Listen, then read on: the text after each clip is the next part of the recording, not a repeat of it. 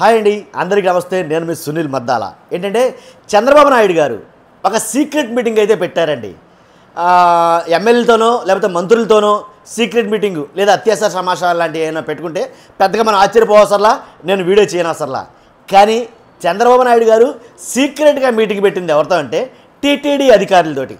ఇప్పుడు అర్థమై ఉంటుంది ఆ మీటింగ్కి ఉన్న అత్యవసరం ఏంటనేది. ఇప్పుడు అర్థమై ఉంటుంది చాలామందికి ఆ మీటింగ్ పెట్టడం వెనుకున్న ఆంతర్యం ఏంటని. కాబట్టి ఏంటి అసలు చంద్రబాబు నాయుడు గారు వాళ్ళతోటి టీటీడీ అధికారులతో సమావేశం ఏర్పాటు చేసి అంత అర్జెంటుగా మీటింగ్ పెట్టడానికి గల కారణం ఏంటి, అసలు ఎందుకని మీటింగ్ పెట్టాల్సి వచ్చింది అనేది ఈ వీడియోలో నేను చెప్పబోతున్నాను.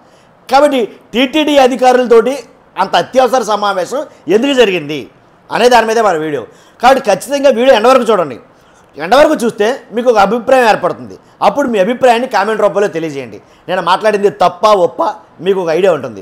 కాబట్టి ఖచ్చితంగా ఫస్ట్ అయితే కనుక ఈ వీడియో ఎక్కువ మందికి చేరాలి కనుక, షేర్ అవ్వాలి కనుక ఫస్ట్ మీరు లైక్ చేయండి. మీ బాధ్యతగా లైక్ చేయండి. రాష్ట్రంలో ఏం జరిగినా సరే మీకు నేను తెలియజేస్తుంటాను. మీరు లైక్ చేయడం ద్వారా ఎక్కువ మందికి షేర్ అవుతుంది. మీ బాధ్యతగా లైక్ చేయండి. లైక్ చేసిన తర్వాత మీ అమూల్యమైన అభిప్రాయాన్ని కామెంట్ రూపంలో తెలియజేయండి. నాతో పాటు నలుగురు చదువుతారు. కొత్త వాళ్ళు అయితే కనుక పక్కగా సబ్స్క్రైబ్ చేసుకోండి. దాంట్లో ఎలాంటి డౌట్ లేదు. ప్రజలకు ఉపయోగపడే వీడియోలు మాత్రమే ముందుకు తీసుకొస్తుంటా. టీటీడీ అధికారులతో సీఎం చంద్రబాబు నాయుడు గారు ఏం మాట్లాడుంటారబ్బా, అంత సీక్రెట్గా ఏం మాట్లాడుంటారు, అసలు ఏమై ఉంటుంది అని చాలామంది చాలా రకాలకైతే మాట్లాడుకున్నారు. ఏమై ఉంటుందో నేను చెప్తా.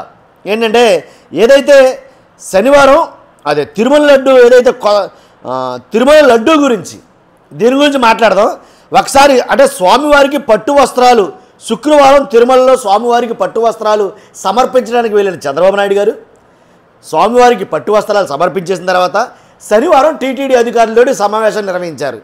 ఈ సమీక్షా సమావేశంలో అందరూ పాల్గొనాలని హెచ్చరికలు జారీ చేశారు. ఎందుకు అందరూ అని అంటే కనుక చాలా ఇంపార్టెంట్ మీటింగ్ కాబట్టి అందరికీ జారీ చేశారు. తిరుమల లడ్డు కల్తీ వ్యవహారంపై ఏంటి మన స్టాండ్ ఏంటి, అసలు మన వాళ్ళందరూ స్టాండ్ ఏంటి అది తెలుసుకోవడం కోసం, మన స్టాండ్ ఏంటో చెప్పడం కోసం వాళ్ళందరినీ ఒక చోట కూడబడిచారు. వాళ్ళందరూ వచ్చిన తర్వాత వాళ్ళతోటి మన స్టాండ్ ఏంటో వివరించాలనే ఉద్దేశంతో మీటింగ్ ఏర్పాటు చేశాం. కాబట్టి ఎవరు పడితే వాళ్ళం ఎక్కడ పడితే అక్కడ దీని గురించి మాట్లాడొద్దు.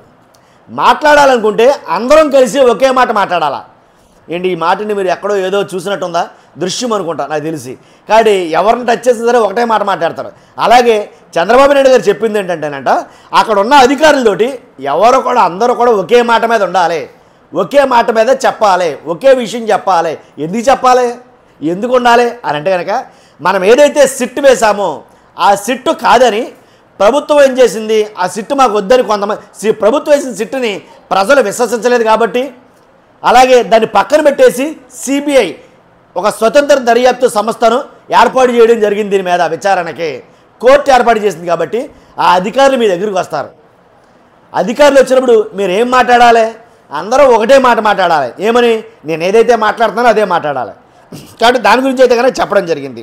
కాబట్టి నా మాటకు ఎవరో వ్యతిరేకంగా ఉండకూడదు ఒకటి, నా మాటకు తర్వాత సిబిఐ విచారణ బృందం విచారణ వస్తే అంతా ఒక్కటే మాట మీద ఉండాలి. 2, తిరుమల లడ్డు కల్తీ వ్యవహారంపై మన స్టాండ్ ఏంటో మీకు తెలుసు కదా. 3, ఈ మేరకు అందరికీ ట్రైనింగ్ ఇవ్వండి. 4, ఆ బృందంలో రాష్ట్ర ప్రభుత్వం తరపున మనకు అనుకూలమైన వారు 2 ఉంటారు, మీరు భయపడిపోవాల్సలా, వాళ్ళిద్దరూ చూసుకుంటారు, మీకు ఏ ప్రాబ్లం ఉండదు. 5, ఈ విషయం చెప్పడం జరిగింది అక్కడ.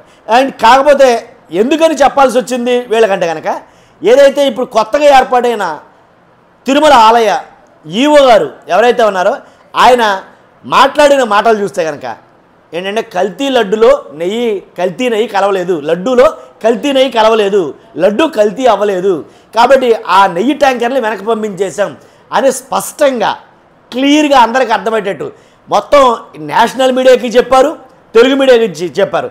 తర్వాత ఆయన చెప్పిన తర్వాత చంద్రబాబు నాయుడు గారు ఏమో కలిసిందని చెప్పారు.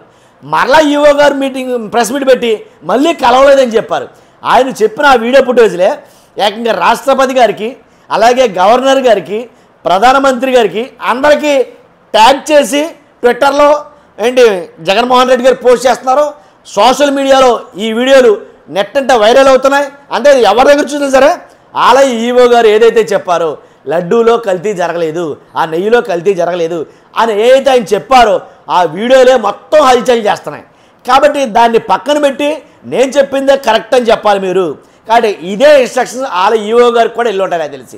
కాబట్టి ఆ మీటింగ్కి ఉన్న అత్యవసర ప్రాధాన్యత ఏంటంటే కనుక ఇదే. కాబట్టి వీళ్ళందరికీ మరలా ఒకసారి దృశ్యం 2 అదే దృశ్యం 1 చూపించినట్టున్నారు చంద్రబాబు నాయుడు గారు. కాబట్టి 100% మనం ఏదైతే అనుకుంటున్నామో అదే మాట మీద ఉండాలి, అదే మాట చెప్పాలి. ఈ మీటింగ్ అత్యవసర సమావేశమైన ఈ మీటింగ్కి ఉన్న ప్రాధాన్యత ఇదేనా అంటే కనుక చాలామంది నోటంట ఇదే అని అనిపిస్తుంది. చూద్దాం ఆ సిబిఐ విచారణ బృందం అడిగితే ఏం చెప్తారు. వాళ్ళ ఈఓ గారు మళ్ళీ మాట మారుస్తారా, లేకపోతే ఆయన మాట మీదే స్టాండ్ అయి ఉంటారా? కాబట్టి మన స్టాండ్ ఏంటో మీకు తెలియాలి అని అన్న చంద్రబాబు నాయుడు గారి స్టాండ్ ఆయన తీసుకుని అబ్బే లేదు నేను ఏదో పొరపాటుగా మాట్లాడాను, కల్తీ అయితే కనుక జరిగింది, ఆ ట్యాంకర్లో కల్తీ అయ్యింది నెయ్యి అని మళ్ళీ మాట మారుస్తారా? వాళ్ళ స్టాండ్ ఏంటనేది తెలుసుకునే ముందు మన స్టాండ్ ఏంటో అక్కడ జరిగిన విషయం గురించి చెప్పాం. చూస్తున్నా మీరు అందరూ కూడా మర్చిపోవద్దు, పక్కాగా వీడియోని లైక్ చేయండి, చాలామందికి షేర్ అవుతుంది. అంతేకాదు మీ అమూల్యమైన అభిప్రాయాన్ని కామెంట్ రూపంలో తెలియజేయండి. కొత్త వాళ్ళకి కనుక పక్కాగా సబ్స్క్రైబ్ చేసుకోండి. Thank you very much.